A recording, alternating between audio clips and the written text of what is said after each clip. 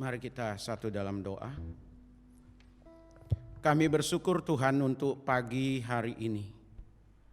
Tidak hanya kesehatan, kekuatan yang Tuhan anugerahkan bagi kami.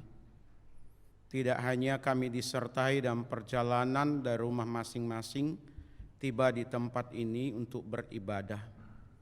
Tetapi hari-hari yang sudah lewat sepanjang minggu ini, Tuhan menuntun, mengarahkan, mengingatkan kami, bahkan mengampuni setiap kami.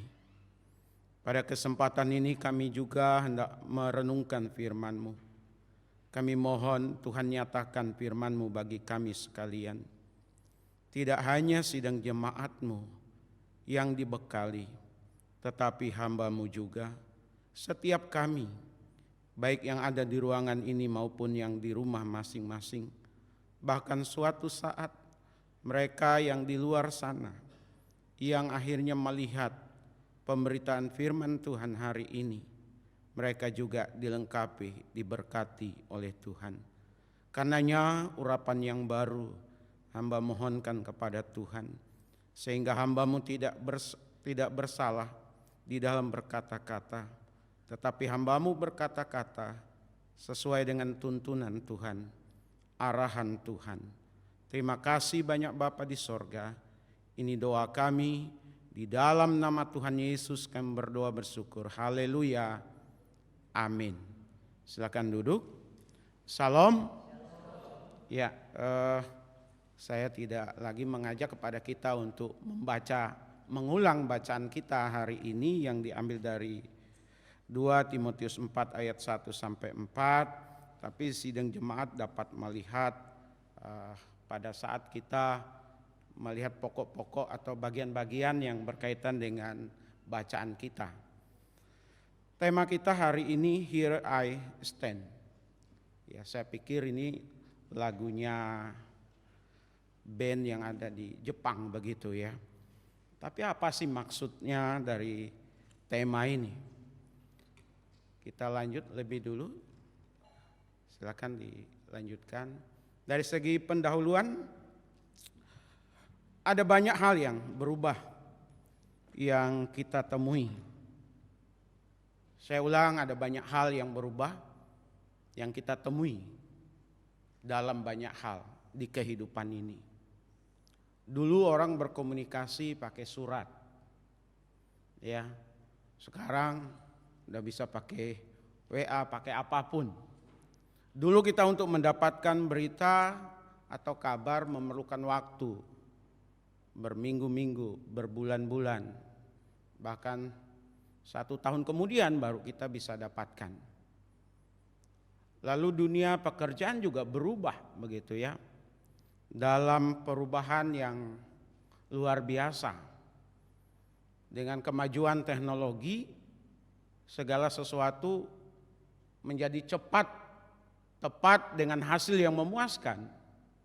Namun manusia juga mau tidak mau tersisih oleh kemajuan yang ada. Dan ini juga perlu diantisipasi. Nah, bicara perubahan, ada perubahan ke arah yang lebih baik, ada perubahan yang tidak baik.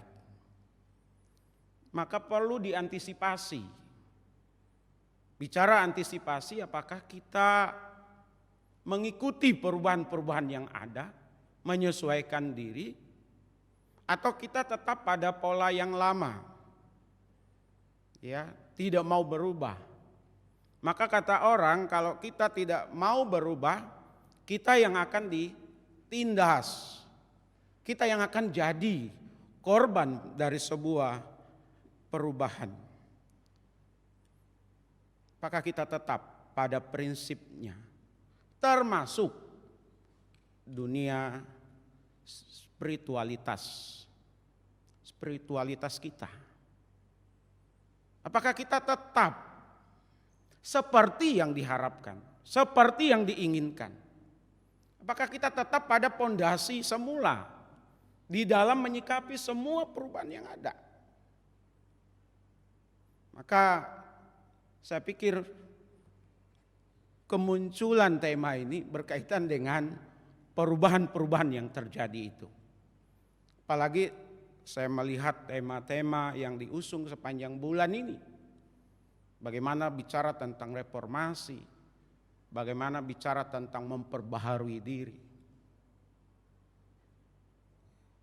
Di sini saya berdiri. Di sini saya ada. Keberadaan saya, keberadaan kita. Apakah tetap sebagaimana yang diajarkan oleh firman Tuhan? Sebagaimana tradisi gereja mengatur dengan segala macam aturan yang ada. Supaya kita, supaya gereja di tengah-tengah perubahan yang ada tidak menjadi tergerus. Tidak menjadi hancur. Tidak menyetujui dengan mudahnya perubahan-perubahan yang ada. Misal, kita sama-sama tahu ini. Laki-laki dengan laki-laki. Perempuan dengan perempuan. Dan hampir banyak negara termasuk ke kita sebenarnya. Pelaku juga sudah ada. Dan kalau kita melarang, kita dianggap melanggar hak asasi manusia. Karena ini bicara kebebasan. Sementara kita sendiri, Alkitab sendiri tetap mengajarkan pada pondasinya laki-laki dengan perempuan. Tidak ada laki-laki dengan laki-laki, perempuan dengan perempuan. Apakah gereja tetap memberkati pasangan yang berbeda jenis kelamin atau memberkati pasangan yang sama jenis kelaminnya? Belum lagi nanti dengan kemajuan AI yang dimana dibuat persis seperti manusia dan bisa melakukan apapun dengan kecerdasan yang dibuat oleh manusia. Dibuat bentuk laki-laki yang lebih ganteng, dibuat bentuk perempuan yang lebih cantik dan menarik. Jangan-jangan suatu saat nanti ada gereja, jemaat yang akhirnya jatuh cinta kepada AI, kepada robot itu. Karena dia lebih memahami, lebih mengerti dan tidak banyak komplainan, tuntutan begitu. Nah, di tengah-tengah perubahan seperti itu, apakah kita tetap pada prinsipnya? Karenanya kita masuk kepada pengertian. Apa sih pengertian di sini saya berdiri atau here I stand? Ini bicara tentang sikap hidup. Prinsip hidup yang tetap pada koridornya. Ya, karena itu adalah benar. Prinsip hidup, cara hidup, sikap hidup yang tetap pada koridornya atau relnya. Karena itu dinyatakan benar. Karena itu dinyatakan baik. Karena itulah yang seharusnya. Ya. Seperti yang dilakukan oleh Rasul Paulus di dalam pelayanannya. Seperti yang dilakukan oleh Timotius di dalam pelayanannya. Dan kita berharap gereja juga melakukan apa yang dilakukan oleh Rasul Paulus, apa yang dilakukan oleh Timotius. Karena ini bicara pesan terakhir kalau kita baca tadi di ayat 1 itu. Bagaimana pesan Paulus ini begitu penting. Karena pentingnya pesan itu dia melibatkan Tuhan. Dia mengingatkan kepada Timotius untuk melakukan hal-hal yang seharusnya dilakukan. Berpegang kepada apa yang harusnya dipegang. Di tengah-tengah perubahan yang terjadi. Dan perubahan itu tidak hanya di luar sana. Tetapi itu bisa terjadi di dalam gereja itu sendiri. Terjadi di sekitar kita. Sekali lagi Saya berharap, kita semua berharap gereja tetap memegang prinsip-prinsip yang benar. Hamba Tuhan, saya, majelis, penatua, setiap kita yang melayani, terlibat di dalam pelayanan, tetap berpegang kepada prinsip yang alkitabiah. Amin. Kepada nilai-nilai yang diajarkan. Sekalipun itu dikatakan kuno. Sekalipun itu sudah sepertinya jauh dari tatanan kehidupan saat ini. Apa yang ada di dalam Alkitab, itulah yang benar. Amin. Karenanya hal-hal yang tetap pada koridornya itu apa? Ayatnya yang kedua, saya bacakan untuk kita sekali lagi. Ayat yang kedua dikatakan, beritakanlah firman, pemberitaan firman Tuhan. Gereja tetap dan harus memberitakan firman Tuhan. Berarti menyangkut para gembala, menyangkut para pelayan, dan termasuk saya yang hari ini sebagai undangan untuk menyampaikan firman Tuhan. Apakah firman Tuhan yang saya sampaikan itu, yang kita sampaikan berdasarkan Alkitab?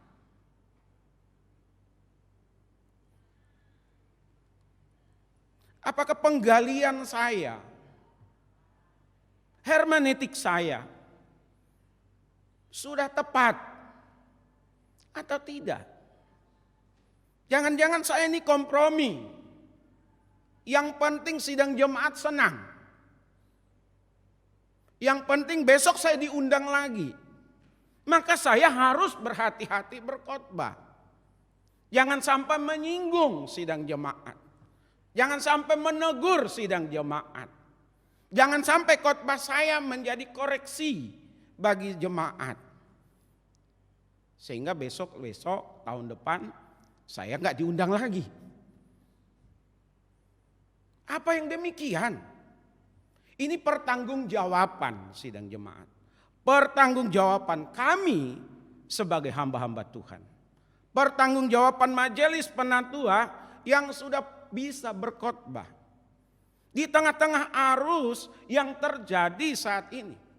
Karena siapapun dengan berbagai macam latar belakang profesi yang ada. Hanya kursus sebulan 2 bulan.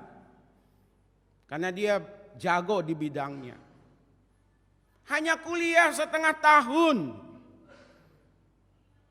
Dapat gelar sarjana. Sarjana teologi. Ya.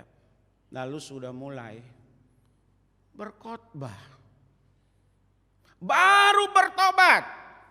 Karena dia punya pengaruh, karena dia punya nama. Yang seharusnya cukup diberi kesempatan untuk bersaksi. Tapi sudah diundang untuk menyampaikan firman Tuhan. Dan banyak orang terjebak kepada hal-hal yang seperti itu. Jadi kembali, hal yang tetap pada koridornya itu adalah pemberitaan firman Tuhan. Dengan didasarkan kepada firman Tuhan ini, Alkitab ini. Dan Alkitab ini sekali lagi, sehebat apapun tulisan seorang profesor, sehebat apapun tulisan seorang dosen, sehebat apapun tulisan seorang budayawan, sastrawan, dan sebanyak apapun berita-berita yang ada di online dan bagus, tidak akan sama dengan Alkitab ini. Amin. Karena sekarang ini Bapak Ibu, apalagi dia udah gelar doktor, rektor, maka apa yang dia sampaikan, apa yang dikhotbahkan pasti tidak salah. Dianggap tidak salah. Justru saya mencermati, saya mengamati. Orang-orang yang sudah seperti itu banyak yang kepeleset di dalam ucapannya. Coba ada yang berkata Yesus itu salah satu jalan dari keselamatan. Yesus Roh Kudus itu keluar dari Bapa. Jadi derajatnya jauh lebih rendah daripada Allah itu sendiri. Relativisme dan atas nama Alkitab dengan dasar-dasar ayat-ayat juga memberi pengajaran yang keliru, yang salah kepada jemaat. Yesus itu salah satu jalan. Yesus itu bukan Tuhan. Dari mana teologianya? Kalau Yesus itu bukan Tuhan. Bapak Ibu, sidang jemaat yang dikasihi oleh Tuhan. Kembali pemberitaan firman Tuhan. Pengajaran di ayat yang kelima. Ya, kejiwaan, ini kuasailah dirimu. Harus tetap ada ini. Pengajaran ini penting disampaikan. Maka GKRI di tempat ini ada yang namanya pemahaman Alkitab ya, Cik Moli ya. Ada pemahaman Alkitabnya. Disampaikan sesuai dengan konteksnya, situasinya, kondisinya. Supaya jemaat mengalami kemajuan demi kemajuan berkaitan dengan ajaran. Sehingga ajaran yang disampaikan yang benar dan tepat itu juga bisa disampaikan lagi kepada yang lain. Seperti lagu pujian kesaksian tadi. Kita ini pelita. Kita harus mampu menerangi, kita harus menjangkau. Tugas menjangkau ini bukan hanya ditugaskan kepada gembala, kepada para pelayan majelis penatua, tapi kepada kita semua. Bicara pengajaran dimulai dari baptisan itu.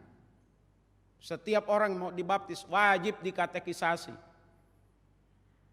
Nah, GKRI termasuk di tempat kami tidak ada yang namanya orang percaya Yesus langsung dibaptis. Harus dikatekisasi dulu, diajar. Selesai dibaptis, pengajaran lanjutan lewat khotbah-khotbah seperti ini. Maka pada saat pengajaran disampaikan, sidang jemaat harus konsentrasi. Punya perhatian yang penuh. Supaya bisa menangkap apa yang disampaikan. Karena tidak sedikit orang datang ke gereja bukan mendapatkan pengajaran, bukan mendapatkan firman. Bukan salah mimbarnya, bukan salah pengkhotbahnya, tapi salah orangnya.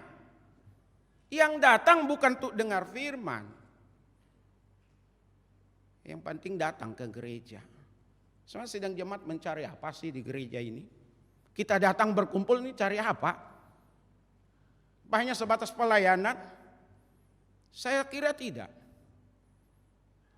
Apa kita hanya sebatas pemain musik? Saya kira tidak. Kita datang di sini mau beribadah kepada Tuhan, mengangkat pujian kepada Tuhan. Amin. Dan sekaligus mendengarkan firman Tuhan yang dimana di dalamnya penuh dengan pengajaran-pengajaran. Apa kita sudah tamat? Tidak. Seumur hidup kita harus terus belajar mendengar firman Tuhan. Seumur hidup kita harus menerima pengajaran demi pengajaran. Amin. Karena firman Tuhan itu begitu luas. Gak usah jauh-jauh dulu. Bapak Ibu yang sudah menikah nih. Yang sudah lama menikah. Waktu mau menikah kita dulu ada namanya katekisasi. Betul? Kita ketemu dengan pendeta, gembala atau siapalah yang ditugaskan oleh gembala. Selesai katekisasi, lanjut dengan pernikahan. Apakah sudah selesai? Waduh, pernikahan itu lebih rumit dari yang dibayangkan.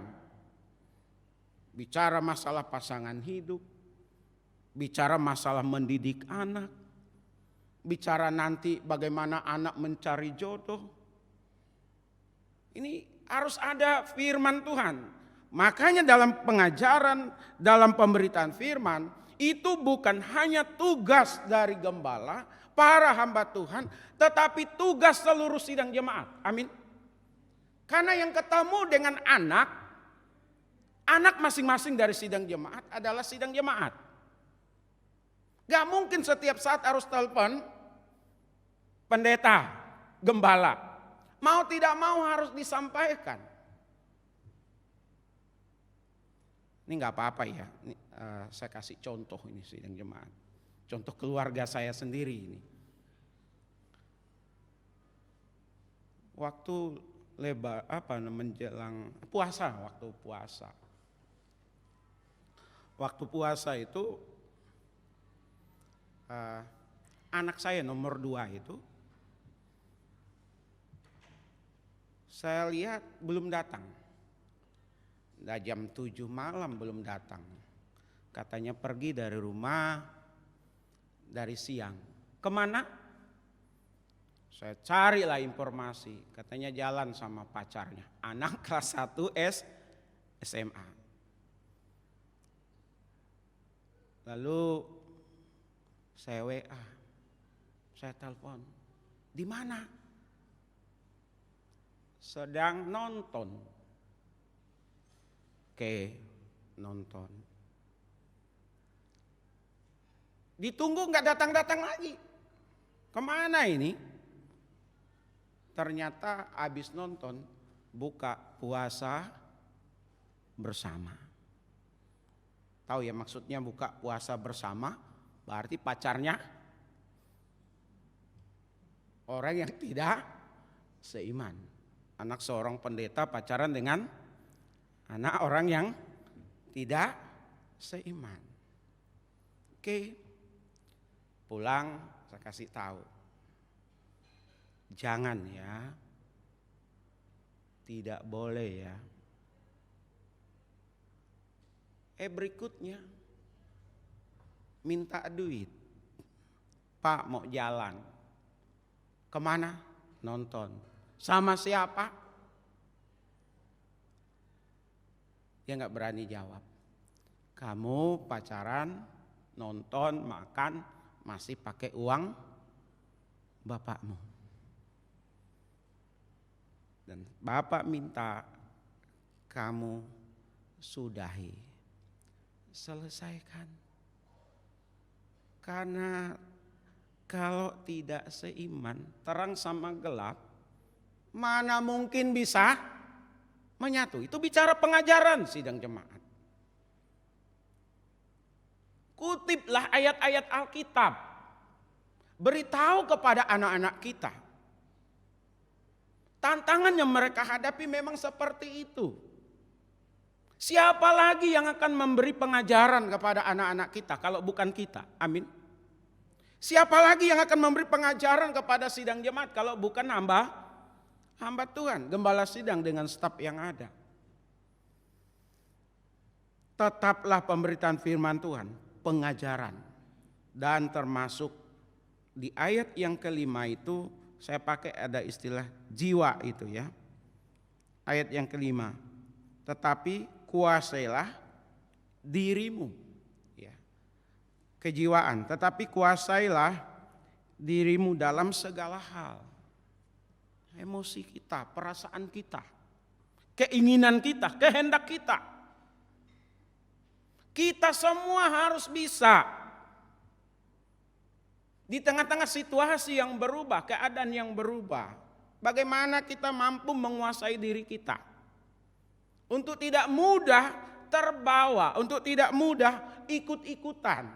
Sekalipun itu kelihatannya modern, sekalipun itu kelihatannya baik, tapi harus kita uji dengan firman Tuhan. Kalau kita sudah tidak bisa menguasai diri kita, selesai. Sehebat apapun kita, masa lalu dan sekarang, tapi kita tidak bisa menguasai diri kita, selesai. Seperti politik Pak Jokowi hari-hari belakangan ini. Siapa yang tidak tahu beliau itu hebat. Tapi karena ini tahun politik, segala sesuatu dimungkinkan. Apa yang sudah diperbuat masa-masa yang lalu tenggelam, hilang. Begitu juga kita, kalau kita tidak menjaga, tidak mampu menguasai diri kita, selesai. Kita pembina pemuda, kita guru sekolah minggu, kita majelis, saya hamba Tuhan.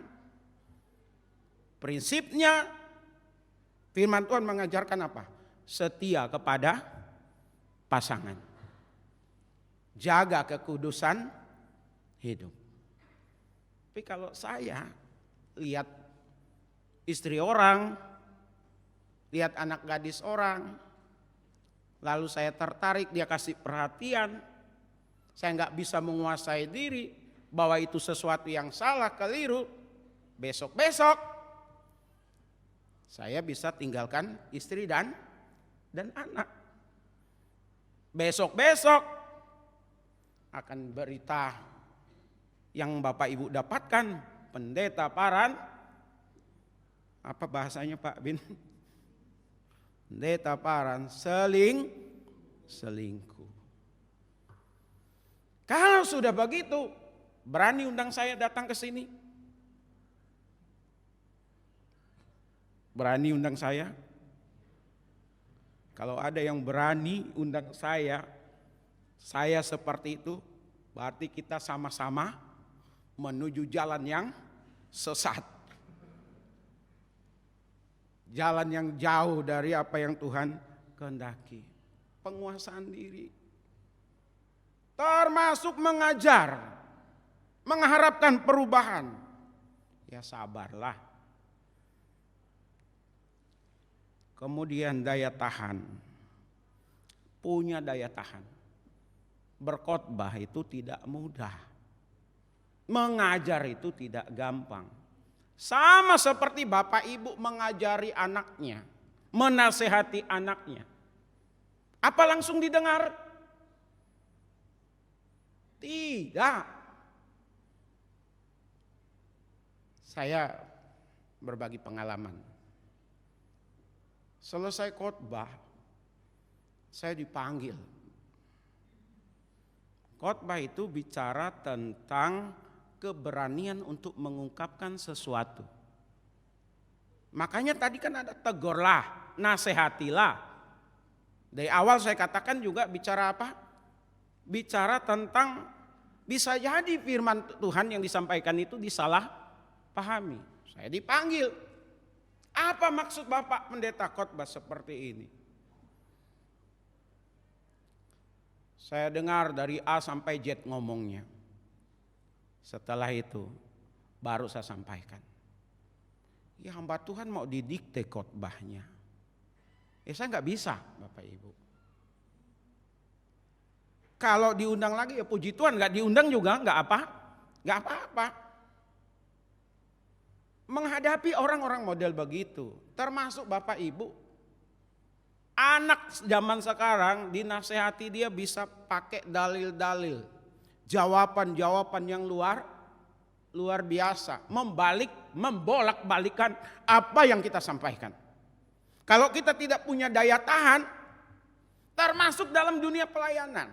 Kalau kita tidak punya daya tahan, kita tinggalkan pelayanan. Bapak Ibu, ya Cimoli ya. Kalau kita nggak punya daya tahan, selesai pelayanan kita. Diperhadapkan dengan situasi-situasi sulit, kiri kanan, depan belakang.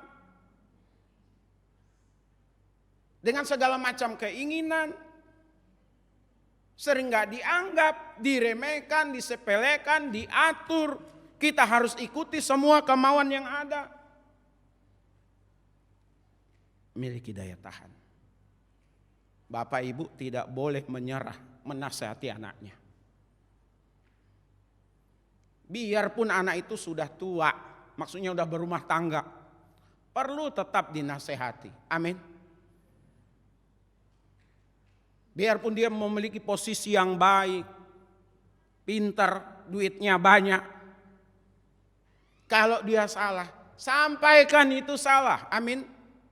Karena yang nanti efeknya kita juga. Orang tua juga. Jadi miliki daya tahan itu. Ya, bersabar. Termasuk kita, hamba Tuhan. Kok ini jemaat bertahun-tahun ada di gereja. Tapi karakternya, sifatnya, imannya, kasihnya tidak mengalami kemajuan. Minta diperhatikan terus yang seharusnya sudah mulai memperhatikan gembalanya, sesamanya. Gereja dijadikan asuransi. Gereja dijadikan tempat departemen sosial. Tidak bisa. Kita harus sabar.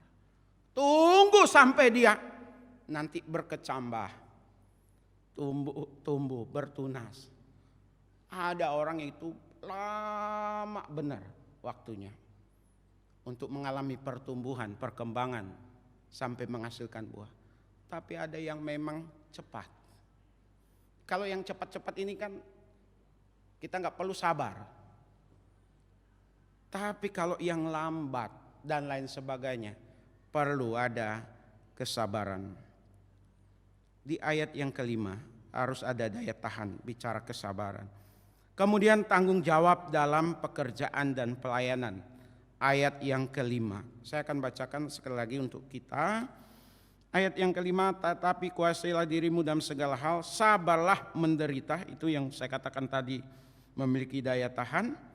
Lakukanlah pekerjaan pemberitaan Injil dan tunaikan tugas pelayananmu. Tanggung jawab dalam pekerjaan dan pelayanan untuk kami sebagai hamba-hamba Tuhan, untuk para majelis penatua, seolah-olah hanya untuk kami, tapi untuk kita semua. Amin. Diberi jadwal pelayanan, kerjakan, jangan tolak. Saya lagi, kasih ke yang lain. Pernah dengar itu? Mudah-mudahan di sini nggak ada. Saya lagi, kasih yang lain, saya lagi, dia dong. Kalau ada yang masih nolak, masih ada bahasa seperti itu, bertobat. Kalau ada di sini gitu. Tapi kalau nggak ada ya puji Tuhan. Saya juga senang gitu ya. Saya lagi. Kedua, semua orang tuh butuh penghargaan. Tapi pada saat Bapak Ibu pelayanan tidak dihargai, disepelekan, jalan saja. Amin. Karena ini bicara tunaikan tugas pelayananmu. Gak dihargai biasa. Yang penting Tuhan menghargai kita. Amin. Untuk apa dapat pujian dari manusia? Hari ini dia bisa memuji, besok dia menjatuhkan kita. Tapi kalau Tuhan tidak. Jangan komplain. Saya lagi. Yang kedua, yang saya katakan tadi, sekalipun tidak dihargai, jalan saja. Yang ketiga, dikritik. Bapak ibu senang nonton bola, bapak-bapak ini, tapi ibu-ibu juga ada yang senang nonton bola itu. Mana yang lebih seru? Pemainnya, komentatornya, atau penontonnya? Saya mau tanya dulu ke bapak-bapak, ibu-ibu. Yang paling rame yang mana? Komentatornya. Gol. Itu kan ada itu di salah satu stasiun TV. Kalau Indonesia sedang lawan, yang dulu itu lawan negara lain dan masuk bolanya. Sampai gol. Wah, ya harusnya ke kiri, harusnya ke kanan. Harusnya jangan ditendang dulu, harusnya ditendang. Wah, Begitu juga dunia pelayanan. Sering ada kritik. Kritiknya bukan membangun, tapi menjatuhkan. Yang buat mental kita jadi lemah. Gak usah deh nyanyi. Nadanya fals. Bikin gak enak di telinga. Besok-besok jangan nyanyi. Gak usah pimpin pujian dah. Gak usah main musik dah. Suka salah-salah, kegedean. Lebih besar suaranya daripada musiknya daripada suara yang nyanyi. Oh, kritikan itu tidak pernah habis. Kalau kita tidak siap menerima kritikan, jangan pelayanan. Kan nanti tahun depan ada lagi program pelayanan itu biasanya diatur ya, majelis ini. Udah mundur aja lah, gak tahan terima kritik. Pada saat kita berkata mundur, kita tidak menunaikan tugas pelayanan kita. Apalagi bayaran. Saya kurang tahu di sini. Kayaknya perlu tahu juga ya. Dibayar atau tidak ini para pelayan di sini? Maaf ya, para pelayan minta maaf nih saya. Karena gereja sekarang pada umumnya harus dibayar. Pemimpin pujian, singer, pemain musik itu dibayar. Lihat bayarannya. Mana yang lebih besar, ambil. Mana yang tidak, jangan atau nanti dulu. Ambil yang mana? Dibayar, tidak dibayar kita. Ini menyangkut tanggung jawab kita kepada Tuhan. Kita harus lakukan. Amin. Pelayanan saja. Jangan lihat nilai rupiahnya. Karena nilai rupiah sebesar apapun hanya sampai di situ. Dibandingkan dengan berkat Tuhan yang Tuhan sediakan untuk kita. Amin. Saya pernah Bapak Ibu bentrok jadwalnya. Dikawi-kawi saya udah dikasih jadwal sebulan sebelumnya. Lalu ada jadwal baru. Datang dari salah satu gereja GKRI. Saya nggak usah sebutkan ya.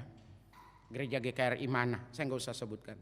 Di situ kalau saya pelayanan di GKRI itu dapat uang transport dari gereja, dapat juga berkat dari salah satu jemaat yang nilainya sama, bahkan lebih dari transport gereja tersebut. Jadi saya dapat double tuh kotata. Dikawi-kawi waktu itu hanya 100.000. Yuk pilih yang mana Bapak Ibu? Pilih yang 100.000 atau yang besar itu nilainya. Itu tantangan tuh, pencobaan. Tapi saya putuskan, saya tetap pilih yang dikawi-kawi. Tantangan bagi kita. Tunaikan tugas pelayanan kita. Penuh dengan tanggung jawab. Amin. Mau hujan, ada badai, ada apalah. Maju saja. Lalu bicara tantangan yang tetap pada koridornya itu apa sih? Saya percepat sidang jemaat. Tantangan dari dalam, tantangan dari luar. Tantangan dari dalam itu apa? Lalai alias tidak siap. Ayat 2. Ayat 2 saya bacakan, beritakanlah firman, siap sedialah baik atau tidak baik waktunya. Ini berdasarkan situasi. Lalai alias tidak siap. Aduh jangan saya dulu deh. Kasih yang lain saja. Saya baru pulang dari kota, lelah. Itu kalau menyangkut pelayanan di gereja. Di rumah, lihat situasi kondisi anak kita, keluarga kita, di mana kita harus turun tangan, kita harus sampaikan hal-hal yang baik, hal-hal yang benar, termasuk dalam keluarga besar kita. Masalah ditanggapi dengan baik atau tidak, sampaikan. Karena ada situasi, ada kondisi yang nanti kita tidak bisa buat apa-apa. Seringkali kita juga tidak sabar. Itu dari dalam. Tidak konsisten. Hari ini semangat, besok ngelempem. Tahun lalu semangat, tahun ini jadi enggak semangat. Tahun ini rajin kasih nasihat, pengarahan, pengajaran ke keluarga kita. Tahun depan jadi malas. Tidak konsisten. Tantangan dari luar. Ada saatnya orang menolak pemberitaan atau ajaran yang disampaikan berdasarkan Alkitab. Ayat 3 dan ayat 4 itu. Saya baca. Karena akan datang waktunya orang tidak dapat lagi menerima ajaran sehat, tetapi mereka akan mengumpulkan guru-guru menurut kehendaknya untuk memuaskan keinginan telinganya. Mereka akan memalingkan telinganya dari kebenaran dan membukanya bagi dongeng. Artinya apa? Ini tantangan dari luar. Ada saatnya nanti. Bukan di luar sana. Bisa jadi di dalam, di gereja. Ini kan konteksnya pelayanan Timotius.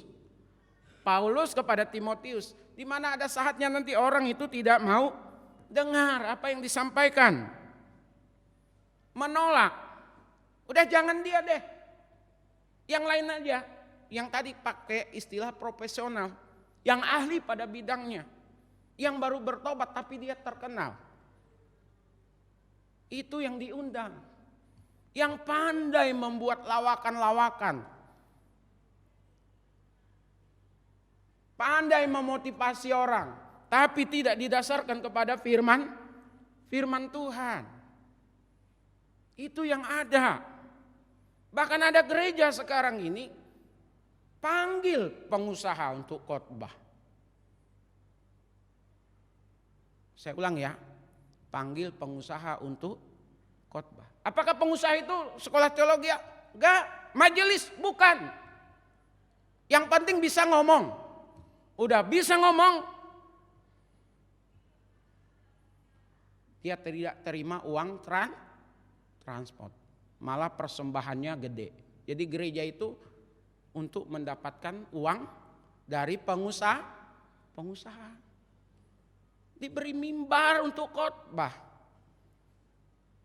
Sementara hamba Tuhan yang sekolah teologi ya, yang berjibaku belajar teologi ya, nggak diundang, nggak boleh khotbah. Ada lagi berdasarkan ukurannya, takarannya ekonomi pendetanya.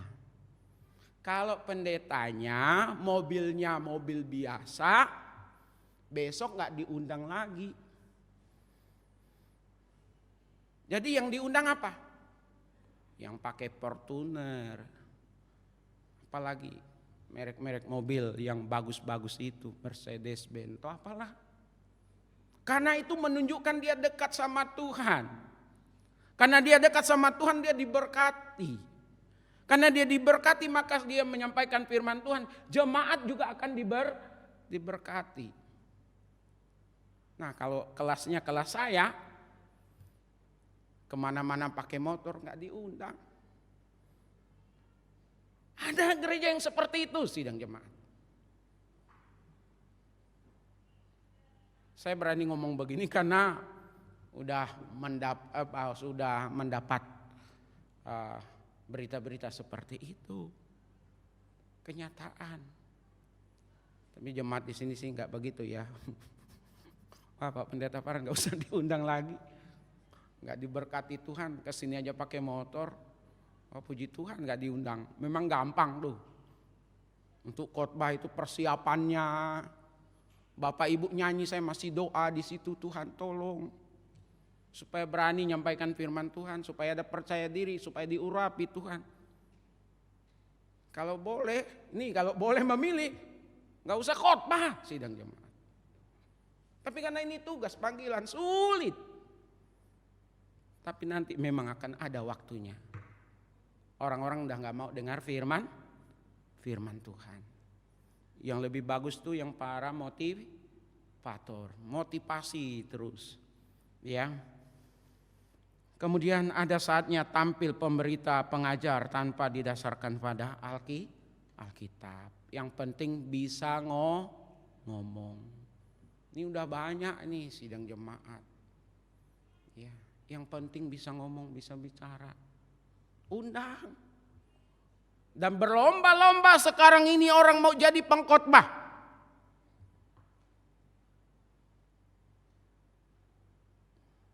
Kenapa sidang jemaat? Biar bisnisnya lancar. Nah, motivasinya seperti itu. Dia bisa diundang khotbah berarti dia dipercaya. Saat dia menawarkan bisnisnya, jadi rekanan orang pasti terima dia. Pengkhotbah. Yang berikut apa? Bayaran. Bayarannya, kalau pandai ada orang yang sekarang ini hanya nyiapin khotbah, tapi nggak pernah megang jemaat. Ada pengkhotbah panggilan. Harusnya pengkhotbah panggilan itu dia itu harus pegang jemaat, atau paling tidak berjemaat di gereja biar tahu kehidupan jemaat, biar tahu ngomong dengan jemaat, biar tahu kesulitan jemaat, biar tahu pergumulan jemaat. Jangan hanya pandai berbicara. Tapi di sini nggak diundang kali yang begitu ya. Jangan sampai gitu sidang jemaat. Ya. Ada saatnya akan tampil orang-orang seperti itu menjadi pengkhotbah. Kalau udah jadi pengkhotbah kan dikenal. Apalagi ada YouTube sekarang, terkenal. Tapi saya mau sampaikan kepada kita, sekali lagi bicara tantangan ini, sehebat apapun dia bicara, kalau dia bukan latar belakang teologi, sehebat apapun dia bicara, kalau dia belum pernah terlibat di dalam pelayanan, sepandai apapun dia membuat konsep-konsep dan kemampuan untuk menyampaikan, tapi dia tidak tahu dunia teologi,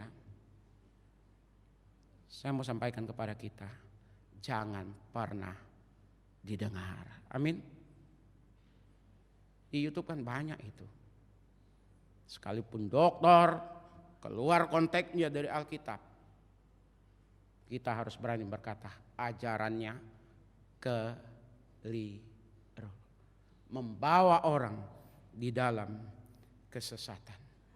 Nah, jadi sidang jemaat Here I Stand adalah berbicara tentang prinsip hidup yang tetap pada koridornya seperti pemberitaan firman, pengajaran, kejiwaan, daya tahan, tanggung jawab, di mana ada tantangan datang dari dalam, dari luar, hanya orang-orang yang cinta Tuhan, yang setia pada Tuhan, itulah yang tetap akan memegang prinsip sebagaimana yang Rasul Paulus ajarkan kepada Timotius kepada jemaatnya, dan kepada kita sekalian.